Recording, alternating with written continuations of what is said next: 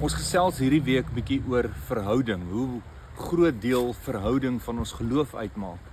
En as ons kyk na ouerskap en hoe verhoudings in ons ouerskap uitspeel, is daar sekerlik een ding wat ek dink die grootste rol speel in die tipe ouer wat jy is.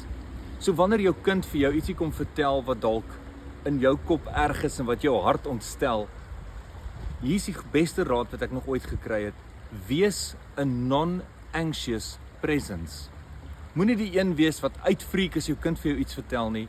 Bly net kalm, luister hom uit. Hulle is besig om daai ding te verwerk. Hulle is besig om self uit te figure, wat moet ek hieroor dink? En jy gee vir hulle die ruimte en die spasie om dit te kan doen. So wanneer ons in die Bybel gaan lees, dan sê hulle, God is vir ons 'n lig en 'n redder. Hoekom sal ons bang wees?